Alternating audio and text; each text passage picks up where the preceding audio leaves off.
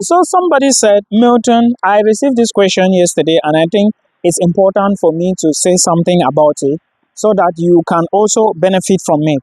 Challenges you face as an international student currently studying and living in the Netherlands now. Please, I would like to know most of those challenges. Now, this is a topic I didn't really want to dive into. In fact, I forgot because I actually had it in my booklet last time. I forgot to mention it.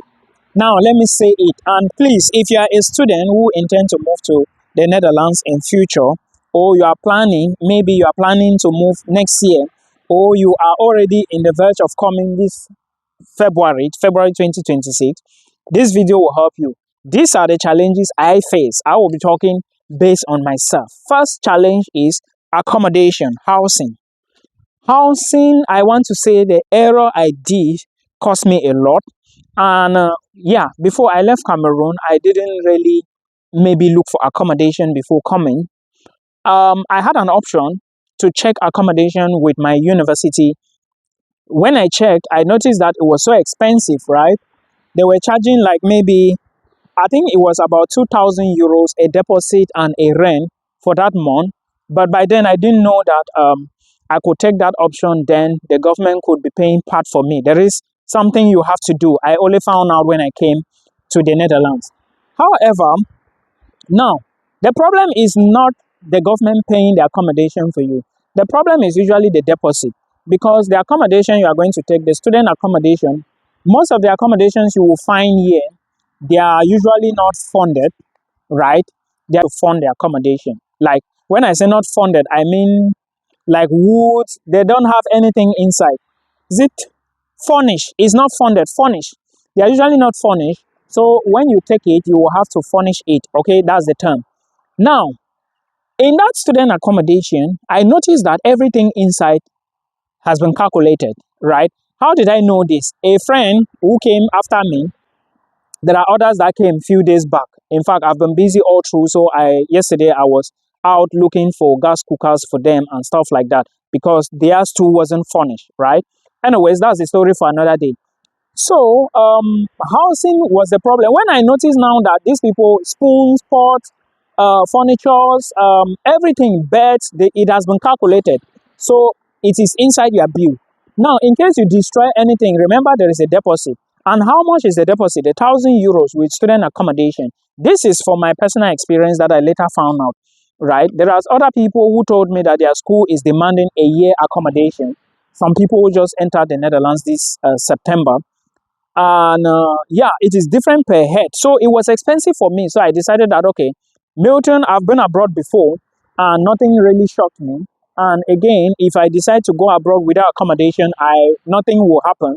And boom, I paid my flight and I carry my bags. When I landed the airport in Amsterdam, I moved to my city and then I saw somebody, I was asking the person, how can I get a cheaper accommodation? Now, this time, remember I was looking for a hotel and yeah, we check online and we found a hotel, not a hotel, but a hostel. I stayed in that hostel for 3 days. I paid 52 euros each, right? Then the third day, I forgot to book, and it was God who even forgot, who made me move out of that hostel. Because what happened? I forgot to book for the third day. No, I stayed 3 nights. I forgot to book again, right? I was just thinking since I'm inside, I will just have to pay. I forgot that some people are also booking online. So they now told me that someone has booked already for the next day. So I now decided that, okay, how do I move? Where do I go from here? And I now told them that, okay, I will have to maybe go to another one. So they said, okay, there is another one and it is expensive. I said, no, they should check a cheaper one. They now checked and saw a hostel, and this hostel was about, I think, 30 euros. You guys know how a hostel is, right? It's about 30 euros a night. I will just have to stand here and finish with this video, guys. So, I went to that hostel and I was there for like 10 days. Then I moved to campus. While I was front and back, I finally found someone on campus who referred me somewhere, and that was how I got accommodation. Now, another thing you need to understand is that that was how I got accommodation and my story changed. Now, before I could get this accommodation, remember, I was looking for anything cheaper. So, but the accommodation I got, it was for around 450. So for per month, so I had to pay a rent and a deposit together, not up to €1,000, right? Do the calculation. Now the other one I needed about 2,000 plus, and in this case, I still even didn't have the money, so I had to collect money from somebody to do the payment. And that was how everything happened. So my experience here is, if you are not careful, you are going to spend a lot of money. How much did I spend before I even get accommodation? Those two hostels took like close to €400 from me. Now imagine I was eating outside as well. So the advice is, before you come, get accommodation before you come, because no matter how it is, it will cost you more when you come here. These other people who came, they were just fortunate that they came to a place where they knew me. They knew me already because they came under me. So I had to struggle, and finally I found something for them. They didn't struggle because they are new people. They have never been to Europe. Yeah, for me, I've been to Europe a couple of times. So, guys, get accommodation before you come. That is advice number one I will give you. Second challenge I had was the education system, the pressure. Now, let me share something with you. Those of you coming from outside, please remember that us in Africa, especially us in Cameroon, let me talk about my own country. Our education system is funny because they give us everything. They even copy notes for us, right? But yeah, nobody will give you, everything is digital. And again, yeah, there are so many things you need to do yourself. Your research is yourself. A lot of things you find out yourself. Nobody is going to give them to you. And that was the pressure I came in. I didn't know. First of all, I came with 2 weeks late. That's another problem. I'm going to share that. Then, now I'm under pressure to write the exams, the first exams, and doing the group work, doing the presentations, because there is something here. The education system here is design based education, right? It is not like our system, like I told you, is designed in such a way when you leave school, you go directly into the job market, and of course, you find a job, you work, and then, yeah, you eat. Some other people can decide to go to MBO, where they are going to just probably just do research, and after that, they will be researchers. Now, that's the way the education system is designed here. So, under those pressures, I couldn't really meet up. And again, a lot of things happen. You know, you are working in groups and a whole lot. It is tedious here, especially when you come in late. Okay, the pressure of you not knowing what to do. It took me about a month after being in class, like a month, before I could actually even start understanding what I was doing in the class. Now, remember, before that month, it was almost exam period. So I had to struggle with exams a whole lot in order to catch up. So the pressure is going to mount on you because the education system is quite different.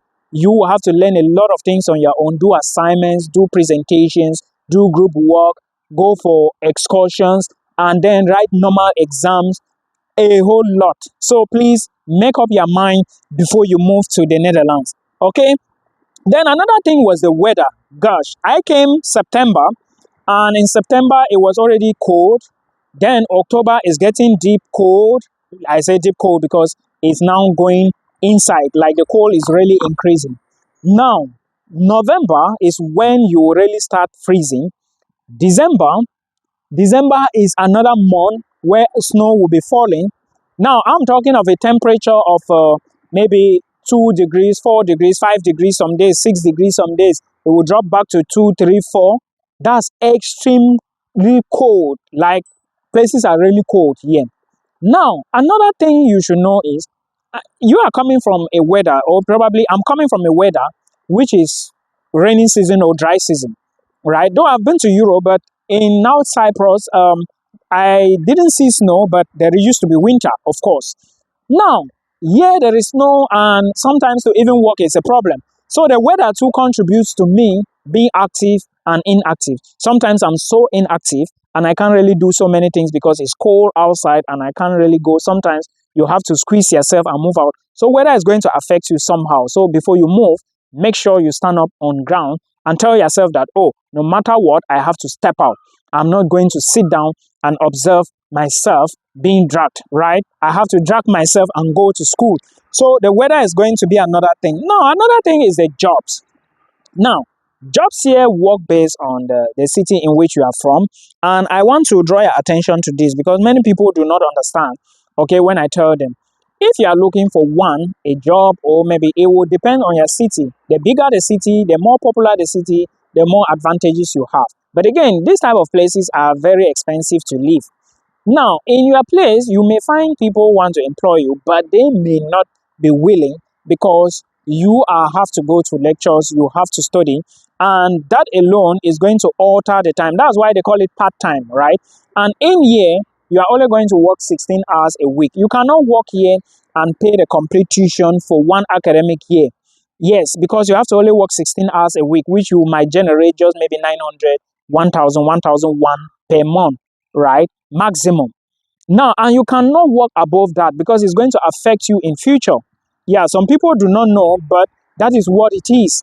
So you have to be careful with this issue of jobs. Oh, can I come here and work my tuition fee? No, you cannot work your tuition fee here and pay while going to school because you have to attend classes, you have to do presentation, you have to read. It's going to affect you mentally. The tuition is huge. Then another thing too you need to know is if you really plan yourself well and you have the job and the job pays you at least 14 euros per hour, then during summer and you work 3 hours and you are somebody who can save money, then you can definitely save money to maybe pay part of your fees. Let's say you work and you are able to gather 2,000 each per, because during summer you can work full time. So you can actually get money. You can save like maybe 6,000, and before you go back to school, then you work again the other month if you want, then gather more money. Before you go back to school, you might have maybe 6,000, 7,000 euros to pay. This is if you have a stable job that will be able to pay you, right? Because sometimes the jobs are on and off. You may not be able to work full time. So that is the issue of the jobs here. But there are jobs. You have to look for them. Jobs don't find people. You have to look for them. And another thing too here is that jobs works on connection. You know somebody, somebody knows somebody, somebody knows somebody. And also what you have is not about all qualifications. No, it's not just about qualifications. Sometimes you need to know people. Connections also plays a part. And also another thing too here is loneliness and time management. Well, for me, I'm never lonely because I have a lot of things I do. Okay, so for people who are just new, you will feel lonely. The other guys who just came, they are already telling me, oh, they feel somehow lonely. Yeah, but it is what it is. For me, I'm never lonely because I have a lot of things I do, like I said. So if you are coming, know all these things and plan your mind immediately. If you have good friends, then keep them. But don't make friends because you are lonely, because people can put you in trouble here. Mind your business, because when the police come, they will pick only you. Okay, you will be the one to suffer the consequences. So know what you are doing and avoid problems. Then the time management is another one. Like I told you, weather is going to affect you. A lot of things will affect you. So time management is really going to be an issue. You need to create time for so many things. So put time management into consideration. It affected me. That's why I'm explaining these things so that you know.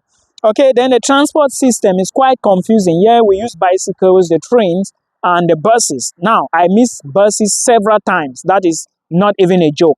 Then the trains, I miss the trains several times before my brain adjusts to it. So if you really need to know all these things, master them. If you know somebody, let the person teach you while you come in. Okay, for the bus is very important. Once it's time and you are not there, the bus is gone. The train, once it's time, you are not there, the train is gone. So you will miss it. You need people to teach you, orientate you if you have them. But if you don't have them, then you only have to struggle on your own, unfortunately. So these are the challenges I face, and I hope you learn something from me. It is very important that you put all these things into consideration.